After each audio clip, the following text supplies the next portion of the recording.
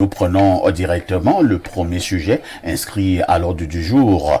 Professeur Mathias et Eric Ouanangini, certains diront que Marafa Amidou Yahya, l'ex-ministre d'État, secrétaire général de la présidence de la République, ministre de l'administration territoriale, a remis cela. Et il a accordé une interview à nos confrères de Jeune Afrique. Il faut dire interview fleuve où Marafa a évoqué un certain nombre de sujets. Il a parlé de sa santé, il a parlé des conditions de détention, il a estimé que la barbarie et la sauvagerie qui ont cours actuellement au Cameroun, c'est l'œuvre de M. Biya et de son gouvernement. Marafa pense également qu'il représente une force politique. Il pense aussi qu'il est une menace pour le pouvoir en place. Marafa n'est pas allé par deux chemins pour dire qu'il est victime d'un acharnement. Il a beaucoup parlé, mais je vous passe d'abord la parole pour faire une analyse d'ordre global de la dernière sortie de l'ancien ministre d'État, Marafa Amidou Yahya. Merci de me donner la parole. Il faut replacer cet entretien dans un contexte, celui d'une haute personnalité qui depuis plusieurs années est en prison, qui a été condamnée par la justice camerounaise dans le cadre d'une affaire concernant les transactions autour de l'achat d'un avion présidentiel dit BB2 Jet et qui estime qu'il a été condamné injustement, qui estime que ses conditions de détention sont mauvaises, qui estime que le régime est mauvais. Bien. Le problème, c'est simplement qu'avant d'être concerné par cette affaire, on ne l'a pas vu dans une telle posture. On ne l'a pas vu dans une posture où il avait décidé de se dissocier du groupe politique dont il est d'ailleurs toujours membre, le Rassemblement démocratique du Il est d'ailleurs membre du bureau politique. Voilà. Et jusqu'à présent, on n'a pas vu de lui un acte où il se dissocie de ce groupe qu'il stigmatise, parce que là, ce ne sont plus de simples critiques, on en est au niveau de la stigmatisation. Il y a un problème. Si ce qu'il dit est donc fondé, s'il estime que c'est fondé, il faut qu'il en tire les implications. Ça veut dire qu'il doit donc se dissocier de ce groupe politique qui s'appelle le Rassemblement démocratique du peuple camerounais. Il doit démissionner de toutes les fonctions qu'il occupe dans cette organisation politique, depuis le bureau politique jusqu'au comité de base et sa qualité de militant du RDPC. Deuxième chose, il dit qu'il représente une force politique. Si vous permettez l'expression, ça ne se dit pas avec la bouche, ça se prouve. Vous doutez de la capacité de Marafa sur ce point de vue? Je ne sais pas s'il a une capacité, mais pour l'instant, il ne l'a jamais démontré. Pour démontrer sa capacité politique dans un système pluraliste à vocation démocratique, il y a des épreuves qu'on appelle les élections. Et les élections permettent donc de déterminer à l'issue de ces compétitions-là la représentativité d'une organisation politique. A-t-on jamais vu M. Marafa Amidou Yahya à la tête d'une formation politique? A-t-il jamais créé un parti politique qui se soit présenté à des élections et a fait montre non seulement d'une capacité de mobilisation au cours des campagnes électorales, mais a démontré par ses scores qu'il a un niveau de représentativité certain? Non. Donc là, on est simplement au niveau des présomptions. Il parle des conditions de détention. Tout à fait.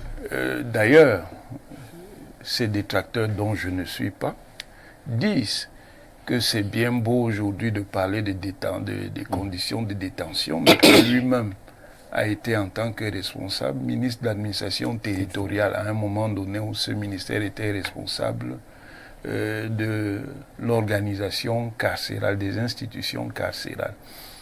Et il lui prête d'avoir dit qu'en fait ces conditions n'étaient pas aussi mauvaises que ceux qui s'en plaignaient le faisaient. Et que la prison n'était pas un hôtel 5 étoiles. Voilà. Donc, on peut donc se poser des questions sur les positions qu'il tient aujourd'hui. Moi, je pense que ces positions-là, c'est une forme de pression qu'il essaie d'exercer sur le régime parce qu'il est dans une situation difficile, une situation sanitaire difficile. Mais à l'observation, ce n'est pas la meilleure méthode. Pour vous, la meilleure méthode serait laquelle? La meilleure méthode, si vous avez observé un certain nombre de personnalités qui sont concernées par ces affaires, l'opération Épervier, c'est de rester tranquille. Et si vous avez un problème, de le faire porter par d'autres qui peuvent négocier pour vous, de telle manière que si vous avez un souci comme celui-là, on trouve les conditions les plus appropriées. Mais professeur, il y a un problème. Marafa est entré en prison, il avait ses 2 yeux. Pour l'instant, un œil est parti en fumée. Il ne lui reste justement qu'un seul. Dans ces conditions-là, vous n'allez pas demander à quelqu'un de ne pas parler. Non, mais on n'a pas dit qu'il ne parle pas. Mais vous demandez à ces gens de rester tranquilles. On a simplement dit qu'à l'observation, ceux qui, estimant même qu'ils sont en prison de manière injuste, ça c'est leur perception, ce n'est pas la perception de la justice, sont restés tranquilles, s'en sont mieux tirés que ceux qui à différentes occasions ont parlé. Donc il faut être pragmatique. Si vous avez donc un problème de ce type, surtout compte tenu de votre statut ancien, à mon avis, il semble meilleur de faire négocier par d'autres voies pour essayer d'obtenir, par exemple, que votre régime soit allégé pour que vous puissiez bénéficier de mesures qui puissent vous permettre de prendre en charge vos problèmes de santé. Pour terminer, oui, il peut y avoir des problèmes de santé, mais les problèmes de santé n'éliminent pas la question de l'exercice de la peine. Il a été condamné pour un nombre d'années précis. Il peut avoir un problème de santé. D'autres ont également été condamnés pour un nombre d'années précis, mais ont bénéficié des évacuations sanitaires. Mais et Marafa fait justement cas dans sa dernière sortie. C'est pour ça que je vous rappelais. C'est une justice à plusieurs vitesses. C'est pour ça que je vous rappelais donc qu'en l'occurrence, il faut donc être pragmatique. Ceux qui, en l'occurrence, ont même bénéficié de ça, ce ne sont pas ceux qui se sont plaints de la manière la plus spectaculaire. C'est peut-être ceux qui ont fait porter leur plainte par d'autres canaux, s'agissant comment les choses fonctionnent. Merci, professeur. On va passer la parole au professeur Jean Baebek. Professeur, je présume que vous avez connu l'ancien ministre d'État, Marafa Hamidou Yahya. Marafa donc reparlé. Vous êtes médecin, ça tombe bien. Madame Marafa estime que on ne veut pas, quand il a clairement dit, le président de la République refuse de lui accorder une évacuation sanitaire. Par contre, le même président de la République a accordé ses largesses, entre guillemets, à d'autres personnes qui étaient incarcérées pour les mêmes motifs que Marafa. Marafa pensait que c'est une injustice. Comme qui? Inoni Ephraim. Comme qui d'autre? Yves Michel Fotso. Ah bon, donc on continue. Qui était le chef bandit de l'affaire? Ah bon? Oui, c'est Michel. C'était lui qui était à la caméra qui lui a acheté l'avion. Michel était le chef bandit? De quoi? vous êtes excessif, là, professeur. Non, c'est lui, en tant que directeur, c'était lui le DG de la caméra. Et donc, il était le chef bandit? Bah, il était le chef de... On va dire chef quoi? Il était chef, j'allais bandit. On parlait, mais il était le chef dans l'affaire. Non, mais on ne va pas se moquer de Marafa. D'accord, il faut être humain. Moi, je voudrais d'abord dire mon sentiment de pitié.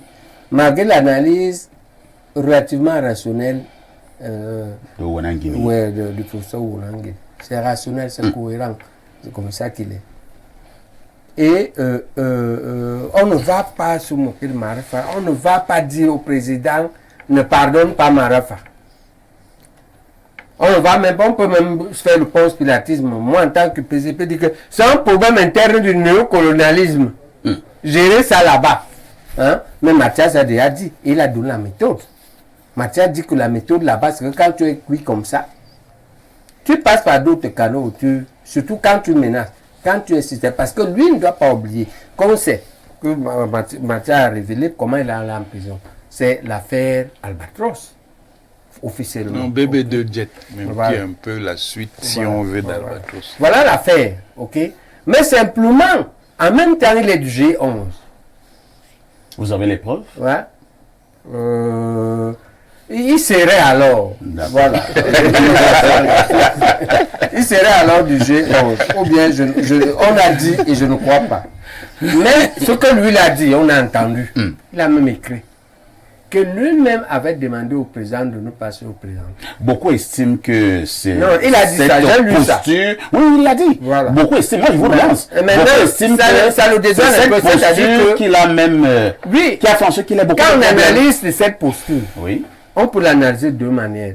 La manière la plus favorable, c'est que c'était un naïf, Ah bon? oui, qui a cru que effectivement, à cause de la limite constitutionnelle qu'on a changée, le président ne devrait plus se présenter. Il a cru. Et s'est mis à s'échauffer, honnêtement. On peut aussi penser que il comprenait bien le langage, mais il voulait faire un coup d'État. Ok? Le tout de la nébuleuse fait que finalement, à mon avis, je crois que un bon UPC ne peut que vous dire régler le problème en interne. Parce que, bien qu'on n'ait pas des éléments objectifs pour avoir son poids politique, on ne sait pas ce que ça peut donner. À chaque fois qu'il y a un cadre qui est dans cette difficulté-là, ou une élite, il faut savoir qu'il y a une petite communauté, une communauté derrière lui, qui est plus ou moins mesurable et plus ou moins identifiable. Et c'est bien que les problèmes soient réglés. Et on dit, toi aussi règle le problème. Il ne faut pas oublier que si le président a laissé Inoni aller se traiter, on va appeler ça comme ça. Elle a laissé Michel Yves Focho. aller se traiter. Toi, le On a troisième, laissé Sememengé d'aller voilà. se traiter. Si le président ne te laisse pas, est-ce qu'entre vous, il n'y a pas autre chose? Ah bon? Oui, parce que la politique est comme ça. C'est-à-dire que quand toi et moi, on se bat là, on se bat pour cette bouteille. Mais l'affaire a commencé sur ce bic. Et c'est l'affaire du bic, c'est qu'elle est la vraie affaire. Elle vient sortir avec la bouteille. Ok? Est-ce qu'il y a autre chose? Ok? Et s'il y a autre chose, on peut seulement implorer le président que c'est vous le patriarche du groupe. Aidez-le à régler le problème. Et on lui dit, toi aussi, qu'est-ce que tu as fait au président avant? Vous connaissez. C'est comme Edouard et le président. Ils savent ce qu'ils ont fait, non? Qu'est-ce que tu as fait? Souvent, il y a une affaire de traîtrise. Vous savez que Poutine nous a appris que normalement, on les tue. On doit tuer les traîtres. Oui, qu'on doit tuer les traîtres. C'est-à-dire que on appelle ça. C'est pas un peu dur, ça? J'ai dit ce que Poutine nous a dit. Bon, mais je ne dis pas que je pense que en m'élevant un peu, je prends le cri de Marafa comme un cri de détresse. Vous parlez de cri de détresse. C'est... Hein? Et à la détresse, elle est là, elle est biologique. C'est-à-dire qu'il n'y a plus un œil. En rappelant à tout le monde, à tous les compatriotes, que la traîtrise néocoloniale est comme ça. Le premier traître du néocolonialisme qui a souffert de ça, c'est Mbida. Il est allé de prison en prison. Après l'avoir venu promettre de brûler tout le pays Bassa et tous les UPC à Boumyébel en 58. Tu viens de dire ça. C'est là que Mbida s'était maudit. Et le deuxième qui a souffert de ça, c'est celui qui lui a fait ça. C'est Aïdjo. Même pas la tombe. Ok? Et en se levant, on voit que le problème de la traîtrise néocoloniale, c'est toi-même qui portes la croix et ta malédiction quand tu trahis les buts et les objectifs des pères fondateurs. Ça peut te suivre jusqu'à la mort. Tu fonds comme ça là. Mais ce n'est pas pour dire à Marafa Achouka au lieu de là. J'ai plutôt pour lui dire ouais. Oui, Achia, papa. Et de dire au président que toi aussi, écoute-le un peu, appelle-le. Régler ça parce que Pourquoi le président doit comprendre pourquoi je dis ça? Je pense que le désordre en Côte d'Ivoire est venu des problèmes internes du PDCI. Et nous devons, à la période historique actuelle, il est important que nous ne mettions pas de l'huile dans le feu du RDPC. Et que nous leur donnions de bons conseils pour que ce soit paisible là-bas. Et que nous traversons cette période difficile. Plus il y aura des crises là-bas à l'intérieur, plus le risque d'explosion est élevé. Très bien. Et je termine pour maintenant Roger. Roger, je veux mettre le dans ton moment pour dire, les hauts fonctionnaires n'ont pas le droit de profiter du fait qu'il n'y a pas de décret d'application de cet article pour aggraver la prévarication. Et puis chacun ne sera jugé par Dieu au ciel, par les ancêtres, d'accord, et par les citoyens. Hein? Il n'y a pas de décret d'application. C'est pourquoi tu pilles la société.